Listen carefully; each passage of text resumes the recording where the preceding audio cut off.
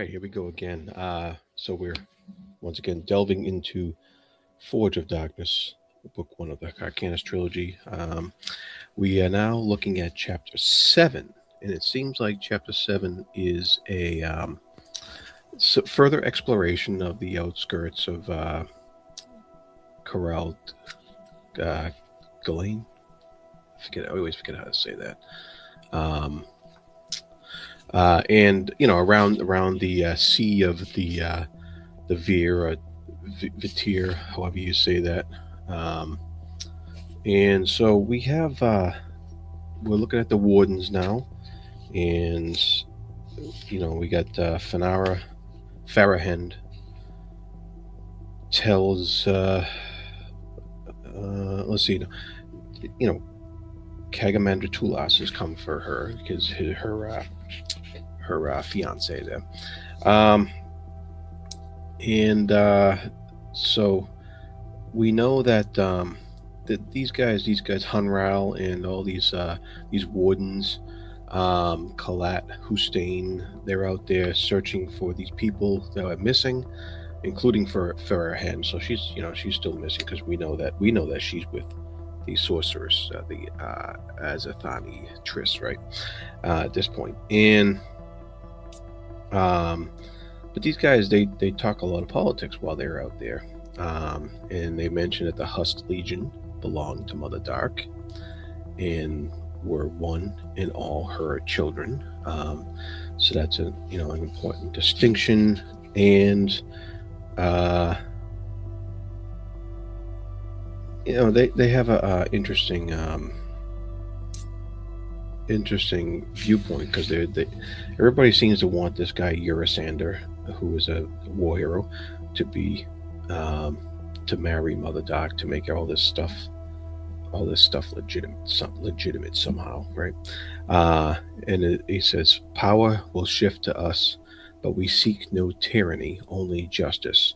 We fought, and many of us fell, and those that remain must not be forgotten or cast aside." So this Urisander's Legion, they're worried about becoming insignificant, no longer relevant, and so that's a concern. That's a concern for all veterans once they've served their time. They don't want to. They want to be relevant still.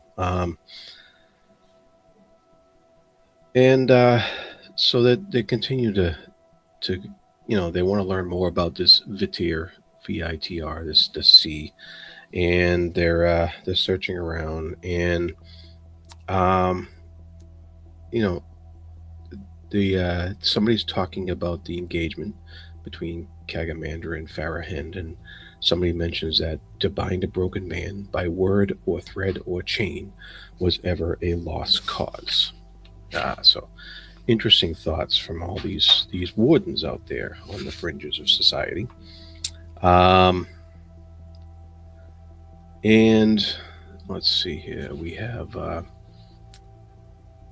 the Lord here. What's his name? Ilgast Rend.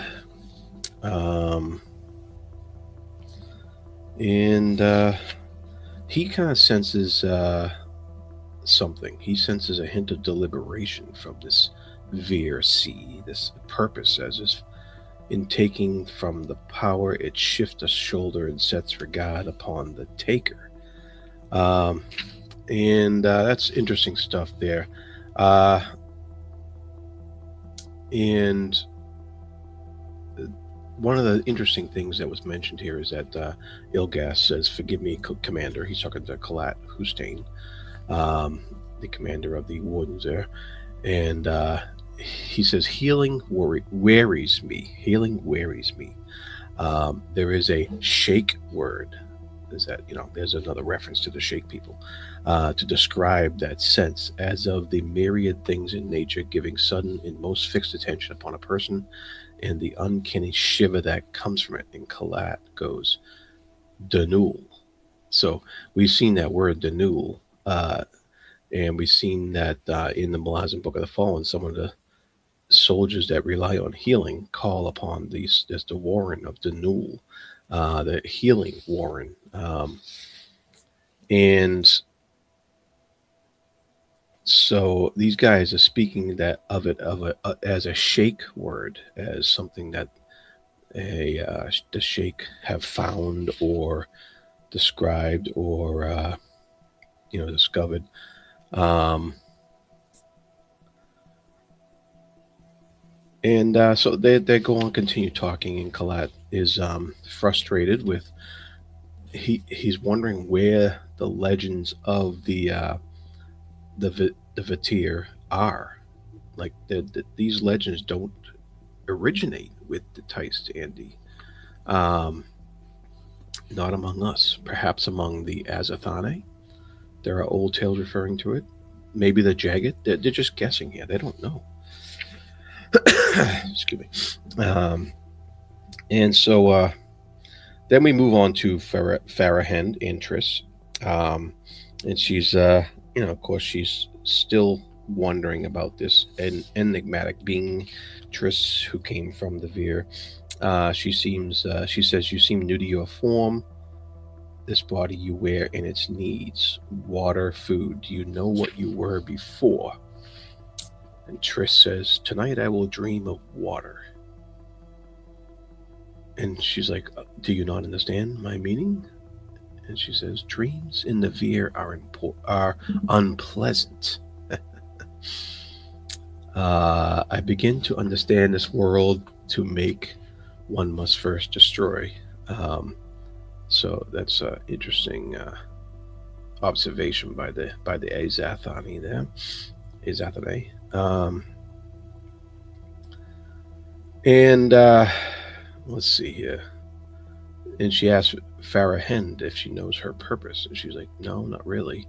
There are many meanings to each life, but none serve to ease the coldest questions of all.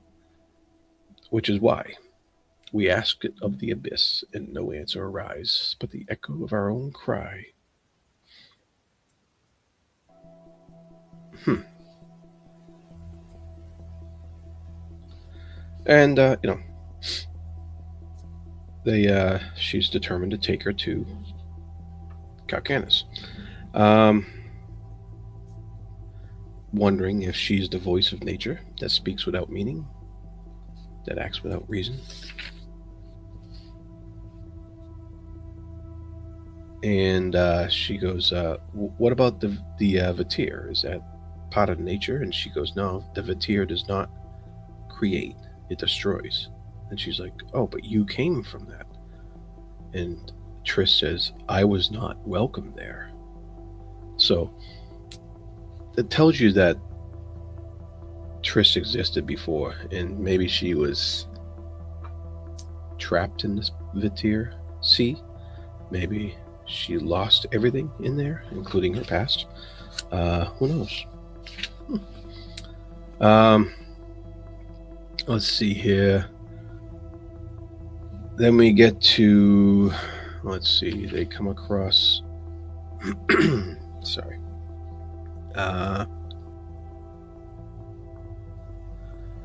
They come across a warlock and a captain from the Yan Sheikh. And the warlock Resh does not like Triss. He is freaked out by her. Says no gifts for Navir, this woman, Vitir, yeah. And let's see here. Let's see, Triss sets down. They have a conversation about civilization, and Triss says, "Is civilization nothing but an illusion then?" And again, the guy, the warlock, he sees like crowd control. That's all civilization is, a means by which we manage the proliferation of our kind. It increases in complexity the more of us there are. Laws keep us muzzled, and punishment delivers the necessary message when those laws are broken. Civilizations in decline are notable when certain of their members escape justice and do so with impunity. Uh, And then somebody says, "What of life's pleasures, its joys, its wonders?" And Farrahead says, "Equally ephemeral, but in this instance, drink deep." So drink deep of life's pleasures. That's pretty good advice, um, especially when you have such a you know um, dark viewpoint of civilization as nothing but crowd control. that's that's kind of funny. All right, a lot of philosophizing in this chapter.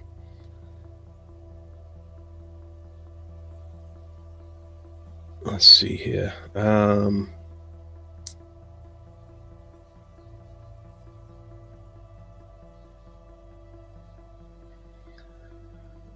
Yeah, they're talking more about more philosophy.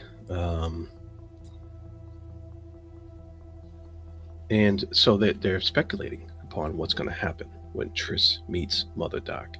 And one of them says, "I imagine to each other they will have very little to say." Uh, so that might be a little foreshadowing there. From what I remember, trying to think. Yeah, I'm not going to speculate on what happens because I really don't remember that well. Um, let's see here. Time, time in abundance. It is no more than preparation in short supply. It is every necessary deed. We are hoarders of time's wealth, yet worshippers of its waste. Hmm. Jeez, yeah, it's very philosophical stuff going on here. And then there is children cleave to the security of a formal union in the matter of parents. Now, this is, of course, a reference to um, the Teist being the children cleaving the uh, to Mother Doc as worshiping her. So, does that mean that they should not worship her? Should they cast her aside rather than letting her cast them aside? Um, Many speak of peace, yet their hearts are torrid and vile. Their one love is violence, the slaying of enemies. In the absence of true enemies, they will invent them. So this is what somebody's wondering if this hatred for Draconus comes from base envy. Uh, and so more philosophizing between all these people writing together. Um, and so here are some of the interesting stuff here. Um, let's see here. There was a there's an ops. Let's see. This is who is this?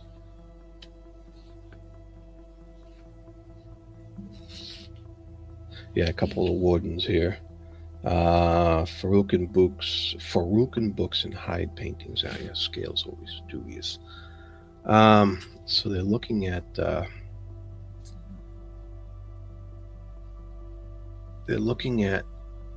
something here. Fathom Tales legend. You imagine Mother Doc succumbed to invention. She walked to the end of darkness and stood on a spar surrounded in chaos. And when she called upon that chaos, shapes emerged from the wildness. Um, and what they're talking about is uh, these things called these winged lizards called Eleint or Eleint, which we know, of course, as dragons, things of myth. The yearning for flight made carnate. The length of its neck like a serpent's body and jaws that could devour a horse entire. So there's some sort of, and they're looking at a dead body from that came out of the Vatir Sea there, and they're wondering who walks with Farahend right now because these are the people who are looking for Farahend, these wardens, and so they've come across a trail. They come across a trail of Triss, and they come across all these dead bodies around the Vatir Sea, and they look like dragons. And so it's raising all kinds of questions about Mother Dark's descent into darkness, looking at chaos. What does she find? Where are these? How does this relate to the dragons, and how does this all fit together? A lot of questions brought up in this chapter, interesting questions, and that a lot of stuff that was touched on upon in the Book of the Fallen that where I don't know if we're going to be getting some answers or not, but it's the questions that matter, right? So, all right. This one was kind of a disjointed reading, so I apologize for that. But it was not much actually happened in this chapter other than just people talking philosophy, which I like reading about. So that's cool. But all right, that's it for today. We'll move on to chapter 8 sometime this week, and be good to each other. Thanks for watching, and bye.